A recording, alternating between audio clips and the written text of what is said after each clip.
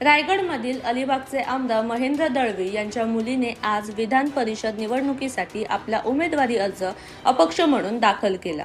आम्ही तटकरेंच्या विरोधात आहोत, त्यांनी कायम अन्याय केला आहे। एकनाथ शिंदे साहेब कायम बोलतात तटकरेंना आमचा विरोध आहे। जर अनिकेत तटकरेंना उमेदवारी मिळाली तर त्यांचा आम्ही प्रचार करणार नाही, आम्ही तटस्थ भूमिका घेऊ। हा जो उमेदवारी अर्ज आम्ही भरलेला आहे तो अपक्ष म्हणून आम्ही भरलेला आहे। पण जर पक्षाकडून मला संधी भेटली तर नक्कीच मला आवडेल की पक्षाकडून एबी फॉर्म जर मला दिला तर आम्हाला खूप आवडेल। रायगडमध्ये तिच्या भागातले सुद्धा अनेक शिवसैनिकांच्या सोबत दिसत आहे, महायुतीचा अद्याप निर्णय झालेला नाही। अशा वेळेला तुम्ही उमेदवारी अर्ज भरलाय, काय सांगाल? महायुतीचा अजून तिढा सुटलेला नाही आहे, पण आमच्यावर जो अन्याय होतो वारंवार त्या अनुषंगाने आम्ही म्हणजे त्याला वाचा फोडण्यासाठी आम्ही हा फॉर्म भरलेला आहे। महायुतीचा निर्णय आज संध्याकाळपर्यंत होईल अशी आशा आहे आणि तो आमच्याच बाजूने होईल अशी मला आशा आहे।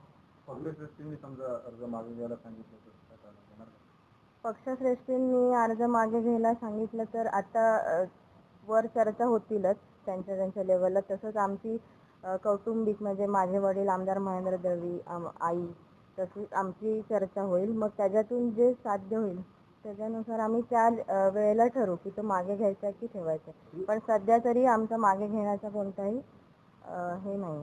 अन्याय म्हणतात, अन्याय नेमका कसला अन्याय, कोणी अन्याय केला होता? पहिल्यापासून जर बघायला गेलं तर ही महायुती पहिल्यापासूनच आहे, म्हणजे राष्ट्रवादी, बीजेपी आणि शिवसेना।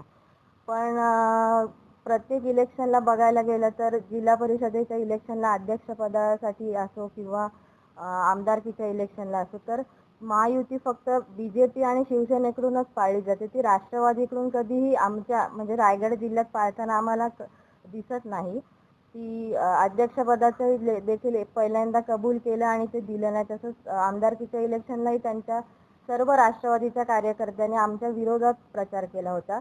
हे त्यांच्या म्हणजे सुनील तटकरे यांच्या कानावर घालूनही त्यांनी कोणताही ह्याच्यावर म्हणजे निर्णय घेतला नव्हता लास्टपर्यंत।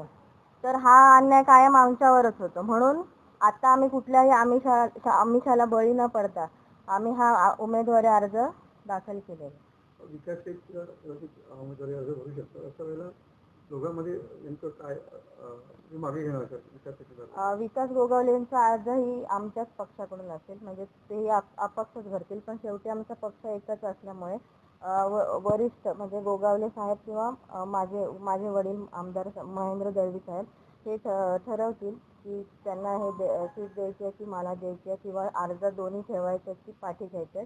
ते जेही निर्णय घेतील ते मला मान्य आहे।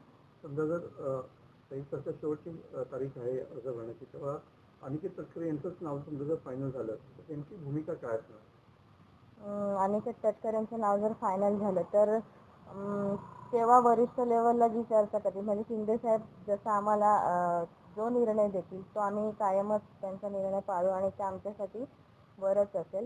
पण तरी त्याच्यातून म्हणजे काय झालं तर वेगळा निर्णय घेण्याची आम्ही शक्यता आहे। जर म्हणून सपोर्ट अनिकेत तटकरेंना सपोर्ट करायचं तर सांगितलं गेलं तर तुम्ही त्यांचा प्रचार करणार का किंवा त्यांना तुम्ही सपोर्ट करणार का? आम्ही त्यांचा प्रचार नाही करणार। सांगितलं गेलं म्हणजे आम्ही स्टेबल राहू, पण असं नाही की आम्ही त्यांचा प्रचार करू किंवा हे करू।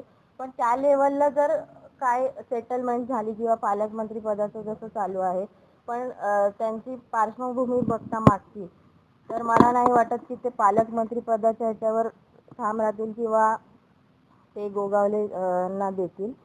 तर बघूया तेव्हा जो निर्णय होईल तो आम्ही मान्य करू। म्हणजे सगळ्या शिवसैनिकांचं तटकरे या नावाला विरोध आहे का?